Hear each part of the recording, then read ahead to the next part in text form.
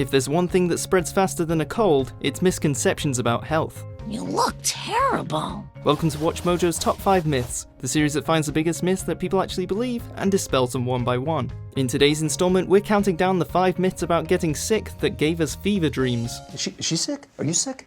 No. Yeah, she's sick. That's why I'm wearing this and misting myself with hand sanitizer.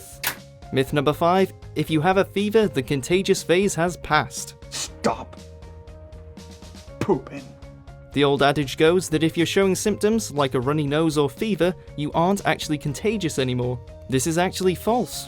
Sure, you are often carrying a bug before any symptoms manifest, and for the average cold, you're also contagious during this time, spreading germs around before you've even realized you've caught something. But the contagious period does not stop there, no matter what your parents or significant other might tell you in an attempt to get you back to work or school.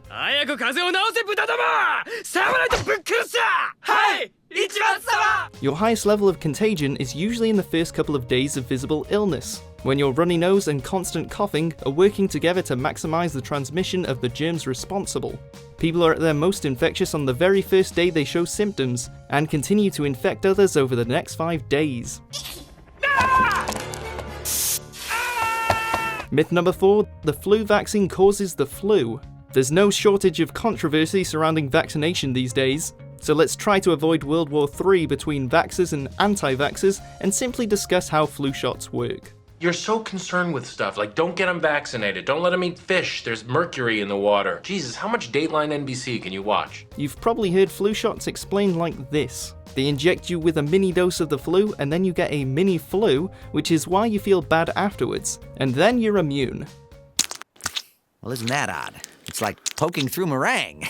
Here's how it actually works. A flu shot does contain a specific flu strain, but the virus is totally inactive. The vaccine causes the body to develop the appropriate antibodies to fight off a variety of common flu strains. Jack, I need to ask you to drop your pants. Any side effects experienced after getting the flu shot is the immune system reacting to an introduction of a foreign substance to the body. Why can't we get medicine crisps? You know, because no one likes needles, and everyone likes crisps. Myth number 3, starve a fever, feed a cold. Starvation is a great way to kill something. But when you starve a fever, you're also starving your whole body, robbing it of any crucial vitamins and nutrients. It's very important that you replenish my body with electrolytes after every involuntary loss of bodily fluids. Oh boy. Whether you have a fever or a cold, science says you need to drink a lot of fluids and eat well. End of story. So what should you be eating?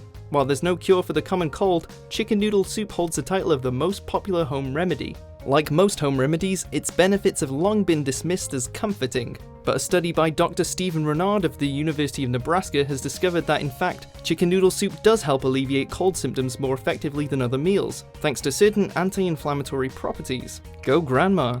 I got you some waffles here, courtesy of JJ's Diner, and chicken soup, courtesy of me. I'll take the waffles. Thank you. Okay. Myth number 2, you can kill a cold with vitamin C. Sweetie, yeah, his color's not good. Do you want some orange juice? Many people champion vitamin C as the key to perfect health, but studies have repeatedly failed to find any conclusive evidence to support these claims. While one study did find that you have a slight chance of reducing the severity or duration of a cold if you hit your body with a heavy dose of vitamin C at the very first sign of illness, the effects are marginal. And to get the timing right, you need to be hyper aware of your body and the symptoms. Getting your recommended dose of vitamin C is good for overall health and maintaining the strong immune system, but ultimately there's no amount of it that can stop a cold dead in its tracks or significantly alter its trajectory. If a little is good, a lot is gooder. Gonna be just fine. Myth number 1, cold weather gives you a cold.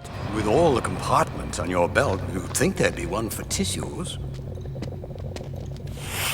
Thanks. People tend to get sick in the winter, but the cold weather is not to blame. In fact, cold weather is actually preferable, considering the average cold germ dies in sub-zero weather and generally thrives in warm temperatures. Furthermore, according to some researchers, going outside could increase the number of cells that fight infection. Human behaviour is the real culprit, as we stay cooped up indoors in close quarters with other people in winter, increasing germ transmission. What about damp hair, wet clothing, or sweat? Getting wet and catching a cold have always been linked in public opinion, but once again, no correlation. Being cold and wet is certainly unpleasant, but is ultimately unrelated to any illness short of hypothermia. Leslie, I typed your symptoms into the thing up here and it says you could have network connectivity problems. So how many of these myths did you believe? Vida. Not there. For more contagious top 10s and cold curing top 5s, be sure to subscribe to WatchMojo.com. Oh, thank you, doctor. No, I'm not a doctor.